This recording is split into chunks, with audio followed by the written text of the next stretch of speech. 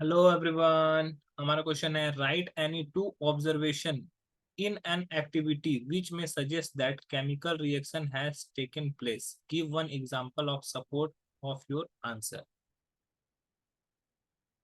अब हम लोग को कुछ दो ऑब्जर्वेशन करना है in is an activity which में suggest that chemical reaction has taken place. अब हम लोग को कोई ऑब्जर्वेशन करना है, कोई एक्टिविटी करना है, उसमें ऑब्जर्व करना है कि हाँ यहाँ पर केमिकल रिएक्शन हुआ है। ठीक है। और उसके लिए हम लोग को एक एग्जाम्पल भी देना है। ठीक है। एक एक्टिविटी को हम लोग को यहाँ पे शो करना होगा।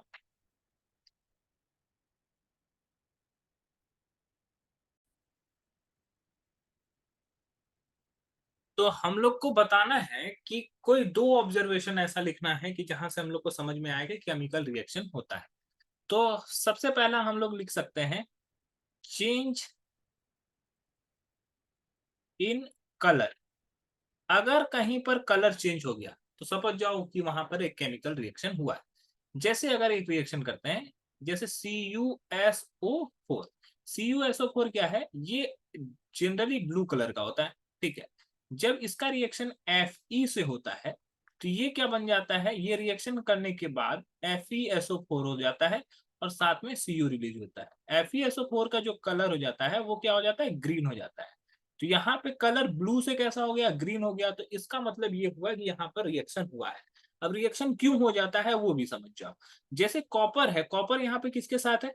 कॉपर का यहाँ पे अगर ब्रेक करोगे इसको तो Cu2 प्लस और SO4 2 माइनस। ठीक है। तो कॉपर का पार्टनर कौन है? सल्फेट। अब यहाँ पे जब फेरस आता है, Fe आता है, तो Fe जो होता है मोर रिएक्टिव होता है। More reactive.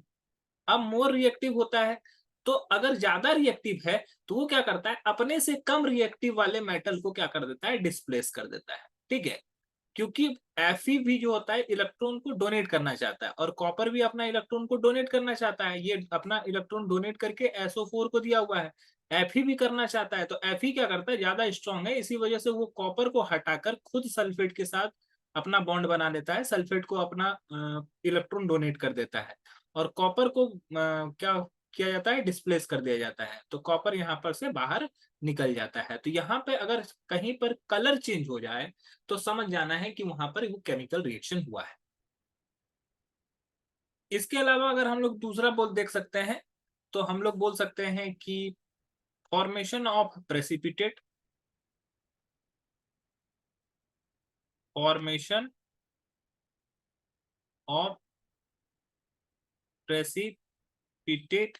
अगर कहीं पे प्रेसिपिटेट बन रहा है तो समझ जाओ कि वहां पर, अगर कहीं पे भी प्रेसिपिटेट बन रहा है तो समझ जाओ कि वहां पर कोई ना कोई केमिकल रिएक्शन जरूर हुआ है। ओके। जैसे एक एग्जांपल के तौर पे हम लोग लिख सकते हैं CaO प्लस H2O। ये आपस में रिएक्ट किया और ये बन जाता है CaOH2। अब यहाँ पर इसका क्या बन रहा है? प्रेसिपिटेट बन रहा है। तो प्रेसिपिटेट अगर बनता है तो उसको डाउनवर्ड एरो से डिनोट किया जाता है और प्रेसिपिटेट अगर बना तो समझ जाना चाहिए वहां पे कोई ना कोई केमिकल रिएक्शन हुआ है। तो इस तरह से ये दो है। इसके अलावा और भी कुछ हैं, जैसे इवॉल्वेशन इवोल्यूशन ऑफ गैस।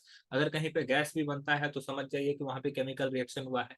इसके अलावा चेंज इन टेम्परेचर होता है। टेम्परेचर में, चेंज इन टेम्परेचर में भी दो तरीके का होता है कि या तो टेम्परेचर पहले से बढ़ जाएगा या तो टेम्परेचर पहले से घट जाएगा। तो उस कंडीशन में भी वो केमिकल रिएक्शन ही कहलाता है।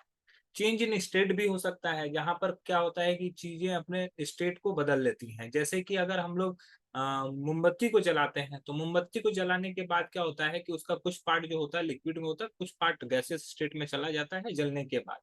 तो वहां पर क्या होगा कि वहां पे स्टेट जो बदल रहा है तो इसका मतलब ये भी है कि वहां पर भी कुछ ना कुछ केमिकल रिएक्शन हो रहा है। तो इस तरह से कई सारे हैं, लेकिन हम लोग को यहाँ पे दो पूछा गया था, इसी वजह से हम लोगों ने दो बताया और इन दोनों को हम लोगों ने लिखा भी है।